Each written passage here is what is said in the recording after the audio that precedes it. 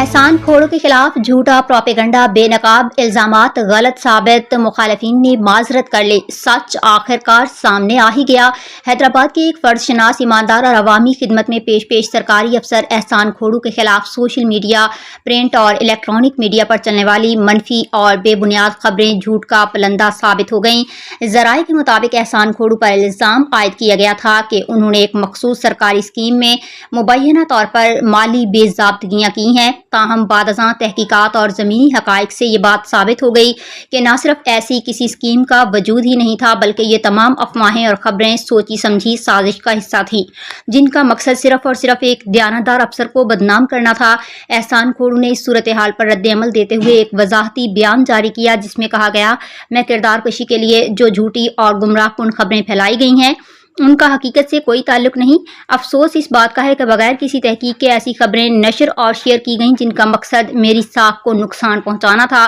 انہوں نے مزید کہا کہ جس اسکیم کا حوالہ دے کر مجھے بدنام کرنے کی کوشش کی گئی وہ اسکیم سرے سے موجود ہی نہیں ہے۔ میرے خلاف سازش کرنے والوں کو جب اپنی غلطی کا احساس ہوا تو انہوں نے نہ صرف وضاحت کی بلکہ باقاعدہ معذرت بھی کی ہے۔ احسان کھوڑو کا کہنا تھا کہ وہ اپنے فرائض ایمانداری سے انجام دیتے رہیں گے اور کسی بھی قسم کی سازش یا جھوٹا پروپیگنڈا ان کے حوصلے پست نہیں کر سکتا۔ شہریوں اور سوشل میڈیا صارفین نے بھی اس معاملے پر احسان کھوڑو سے اظہار یکجہتی کرتے ہوئے کہا ہے کہ سچ کا سامنے آنا خوش آئند ہے اور جھوٹے پروپیگنڈے کے خلاف قانونی کارروائی ہونی چاہیے تاکہ آئندہ کسی ایماندار افسر کی عزت سے کھیلنے کی جرت نہ ہو۔